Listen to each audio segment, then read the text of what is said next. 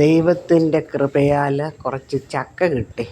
നല്ല സൂപ്പർ വരിക്കച്ചക്ക. എന്തോ മണമെന്നറിയാമോ. അതിനെ കുറച്ച് നമുക്ക് ഈ മിക്സിക്കകത്തോട്ടിട്ട് ഒന്ന് ചെറുതായിട്ട് അരിഞ്ഞിട്ടൊന്ന് മിക്സിക്കകത്തിട്ട് ഒന്ന് അരച്ചെടുക്കാം. എന്നിട്ടൊരു പാൻ വെച്ചിട്ട് കുറച്ച് നെയ്യ് ഒഴിക്കാം. ഒരു സ്പൂൺ നെയ്യ് ഒഴിച്ചൊന്ന് മെൽറ്റായിട്ട് ഈ അരിഞ്ഞ ചക്കയുടെ എന്തോ ഇതൊരു ഭയങ്കര സ്മെല്ലാണ്. നമ്മളെ എന്തോ ഇരുത്തുകയില്ല, അങ്ങനത്തെ ഒരു സ്മെല്ലാണ്. ഞാനതൊരു ചക്ക ക്രേസിയാണ്. അതിനെ മിക്സിക്കകത്തിട്ട് വെള്ളമൊന്നും ഒഴിക്കാതെ ചെറുതായിട്ടൊന്ന് അരച്ചെടുത്തിട്ട് ആ നെയ്ക്കകത്തോട്ടിട്ട് വഴറ്റിയെടുക്കാം. ചുമ്മാ ചക്കയൊന്ന് വഴണ്ടാൽ മതി, ഒന്ന് വേകണം, ഒന്ന് ബോയിലാകണം, അത്രയേ ഉള്ളൂ. ഒത്തിരി നേരം ഒന്നും ഇളക്കണ്ട. അതിൻ്റെ ആ വെള്ളം ഒന്ന് പറ്റുന്നില്ല. ചക്കയ്ക്കകത്തെ വെള്ളം നമ്മളൊട്ടും വെള്ളം ഒഴിക്കത്തില്ല, ഒരു ശകലം പോലും വെള്ളം ഒഴിക്കത്തില്ല.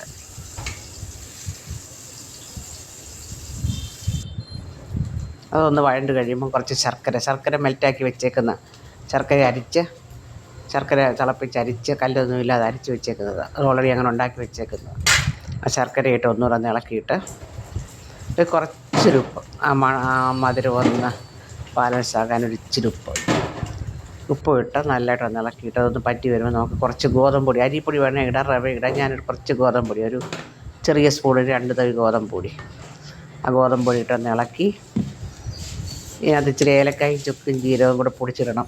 അത് ഞാൻ വീഡിയോ എടുത്തില്ല. ഇച്ചിരി ഏലക്കായ ചുക്കും ജീരകം പൊടിച്ചിട്ടിട്ട് ഇച്ചിരി നെയ്യും കൂടെ ഇട്ട് ഇളക്കിയിട്ട് കുറച്ച് തേങ്ങാപ്പീര ഇട്ട് ഇളക്കി നല്ലതായിട്ട് മിക്സ് ചെയ്തെടുക്കാം. അത് നല്ലതായിട്ട് മിക്സ് ചെയ്ത് ഇച്ചിരി നെയ്യും കൂടെ ഇട്ട് ഇളക്കി ഇങ്ങനെ ആക്കി.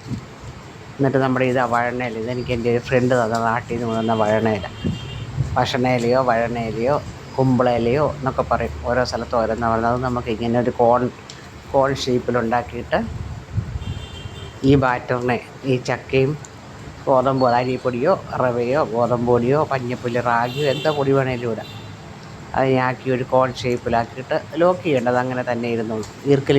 നാട്ടിലൊക്കെ പാട്ട് അതിലൊരു ഈർക്കിലിയൊക്കെ വെച്ചായിരുന്നു ചെയ്യുന്നത്. അങ്ങനെ ചെയ്യേണ്ട, അത് തന്നെ ലോക്കായിട്ടിരുന്നോളൂ. അങ്ങനെ വെച്ചിട്ട് ഈ മാവിനെ നമുക്ക് ഇലയ്ക്കകത്തോട്ട് എടുക്കാം.